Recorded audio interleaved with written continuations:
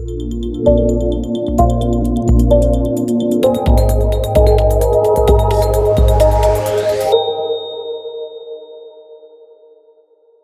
right, well, gentlemen, welcome to ILTACON 2022. I'm glad to see all of you and some new faces we've not met before, but I'm really glad to be back in person with all of you at our third largest ILTACON ever. Jim, I know this is your 20 millionth ILTACON? Yeah, 20 million since 1996, I think, yeah. 1996? Okay. Yeah. That's a lot. It's a lot. I mean, well, Joy was saying the other day that this was her 26th ILTACON. How about you guys? How long have you been coming to ILTACON? Since like 2017. So yeah, I think 2015 or 2016. Okay, so you've got a few years on him. Do you guys have like a hierarchy of like ILTA coolness? Because you're definitely coming in second. So it's all right. Well, one of the neat things I have seen on the floor this conference very specifically, the innovation and the changes up in booths. Your booth is really cool this year. Yeah. And it's going to bring in a lot of new traffic. A lot of the people who are attending ILTACON this year are first-time attendees. That must be a great thing for you guys because it gives you the opportunity to have someone walk past the booth, come in new. If they come in new, let's start off. What would you like them to say to you as they come into the booth for the first time? If they could ask you any question in the book. I don't want them to ask how they can get out of the data center business. Can you give me just a little bit more? Like, who's your ideal person too?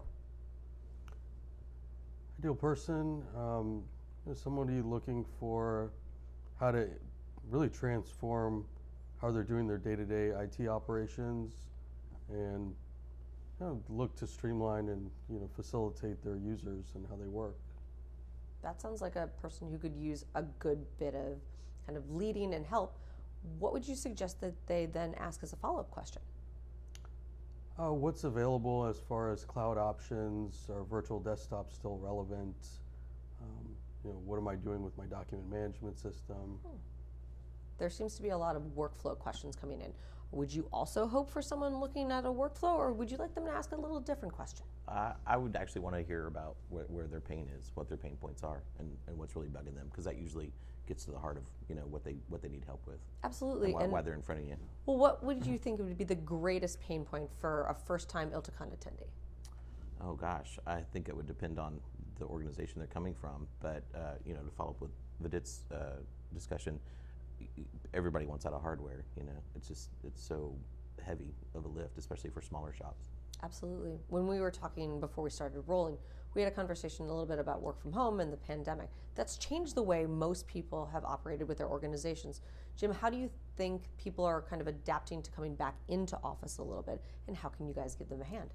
Well, they're not coming back to office often. Okay. We did a cutover the other weekend, and I went into the office on a Monday, and maybe 4% of the firm was there, and it was everybody still working from home. And it's interesting especially for Cornerstone, because when my brother and I started Cornerstone 20 years ago, it was intentional to work from home. We've been working from home. We've been remote work for 20 years, and that's really in our DNA. So we knew Teams and the predecessor of Teams and how to get your phone calls and do video conferencing for many years. So it was pretty natural for us. So a lot of our clients had that experience, whether it was virtual desktops or the video conference or web conferencing. So a lot of our clients had that. So when the pandemic hit, for them it was a no-brainer to go from home. So people are still going from home. There's a lot more laptop use out there. We're big virtual desktop folks, so we're seeing a transition to virtual desktops in the cloud and a little bit more remote management of laptops. Yeah.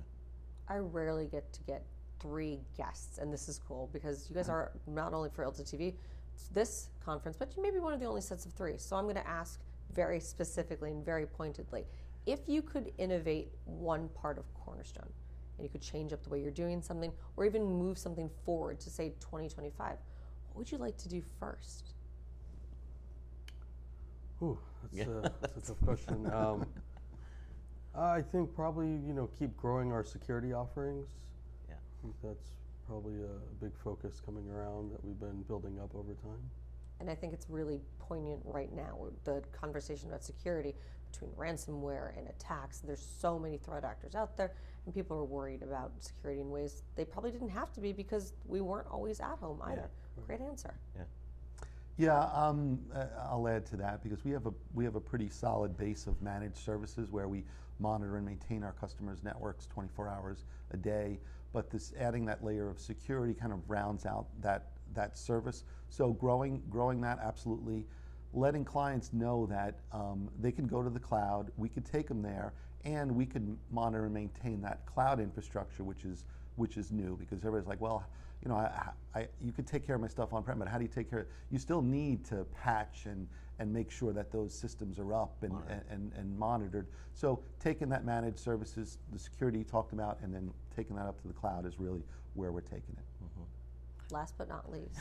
Well, I was just going to say, like, you know, 10, 15 years ago, it was, you know, you had a castle, you had walls around the organization, and then gradually that got thinner and thinner and thinner, and now we're in this new place where, you know, I'm at Starbucks, or I'm at home, or I'm in Mexico for a month, and so having to rethink. I'm gonna go to Mexico for a month. All right, keep going. Rethink what security looks like when you've got this crazy distributed environment, and you've got to make sure people are good and safe and stable wherever they are, and that's been a big lift for, I think, a lot of organizations. And I think it's going to continue to be one. We're going to, I think, you know, 4% of people being in the office, that's crazy. I don't think any of us could have, you know, seen this coming. I'm sure there's going to be something coming next. Future state me in 2025. What will ILTACON look like for you guys? Wow. I hope all the same friends will still be there, because that's a big reason we come, is to reconnect with some clients, friends that we've developed over the years. But really making things easier for, you know, the firms are asking so much of their IT staff now. They're always being asked to do more with less, and that doesn't change. Every year over year, all the years I've been coming to ILTACON, that's always, hey, the firm's asking us to do more with less, and we help that. So we supplement the IT staff. We're their second and third level support. So we want to make it easier for them, and that's really where that trend will continue for the next 100 years. Let's see how we can make it easier for our clients. Mm-hmm. Yeah, simplify, consumerization, kind of, and of course hoverboards. We should all want a hoverboard. Hoverboards. You want a hoverboard? Hoverboards would be great. Yeah. How do you think it'll be in 2025, though? I don't know. I think it'll be interesting to see, you know, whether we're still in this hybrid work scenario. You know, how are we managing, if we are managing, you know, users of workstations, their mobile devices. Really, how are people working remotely? I mean, this has really changed even during the pandemic. Mm-hmm. Absolutely. With what tools are available, even the hardware devices out there. I'd be really curious to see how that looks. That's a great answer. I would love to see how it's going to look. And I'm sure we'll check in back with you guys at ILTACON 2023. Thanks, guys. Thank you, Beth. Thank you. Thank you so much.